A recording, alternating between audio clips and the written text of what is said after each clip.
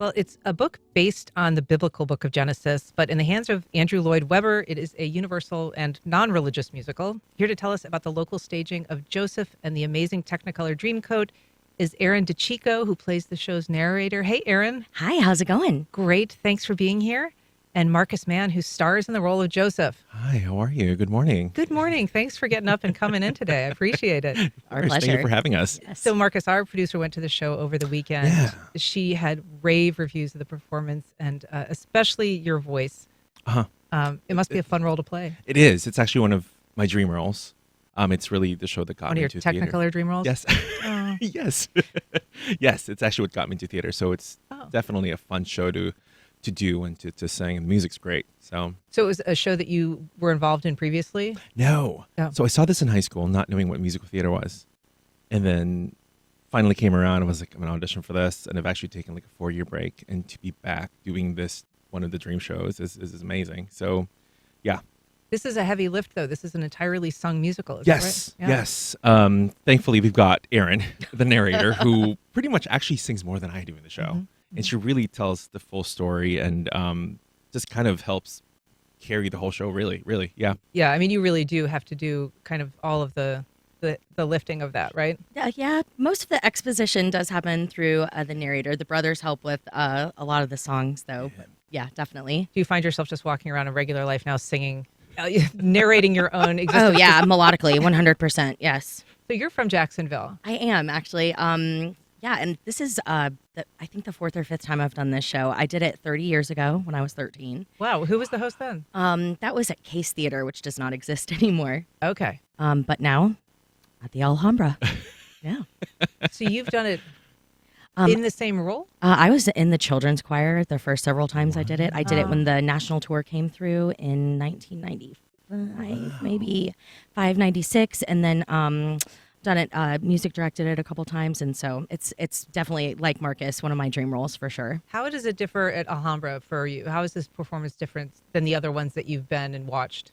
Well, the other ones that I've been a part of, we usually take a couple months to work on. At the Alhambra, it's a pretty rigorous process. Yeah. We put a show up in about 10 days. Yeah. So Wow. we rehearse a lot. We're together a lot. We build bonds quickly, and we learn to trust each other. Kind of have to. Yeah, it's a beautiful experience. It's so much fun, but it's definitely a whirlwind.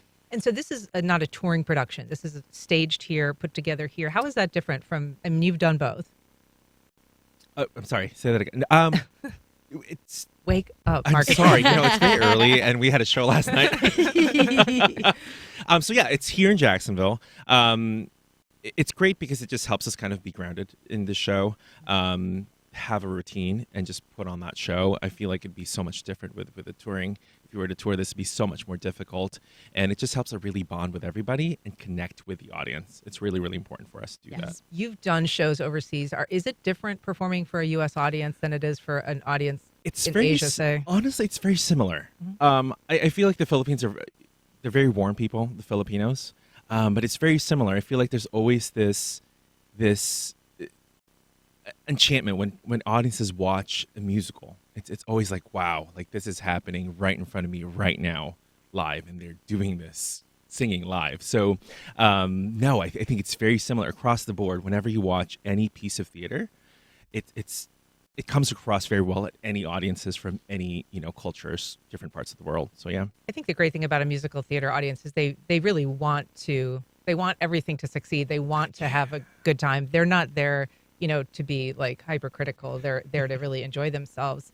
So I think that makes it fun. But Aaron, you teach theater in Jacksonville here, right? Absolutely, yes. I teach theater at Stanton College Preparatory School. And so do your students come see you in this show? Last night, 2 of my graduated seniors actually came. Yeah, absolutely. It makes it that much more enjoyable just to know that they're out there watching and supporting, and I love them so much. It's a great job. I love it. You're also a rock star in town, though. You perform with bands. You've done that for years. I have. And music and theater are definitely my life.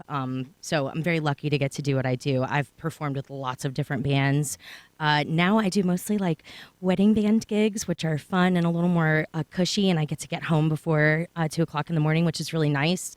And you're not reeking like cigarettes. Oh my maybe? gosh, yeah, gosh, it's so nice. I loved when they took smoking out of the restaurants and the bars. That's for sure. Much to the dismay of others, but yeah, it's really nice, and I doing this show is totally different than that, but it's rewarding in such a different way. Like Markus was saying, like the way that we're able to connect with the audience is very different than playing just regular band gigs. Mm-hmm. And Markus, you are in a role that has been played by some really big name heartthrobs of the 70s, which I think is really funny. Donny Osmond. And he's coming here in July. He is, and I want to write to him and be like, Donny, come see our show. We'll sneak you in.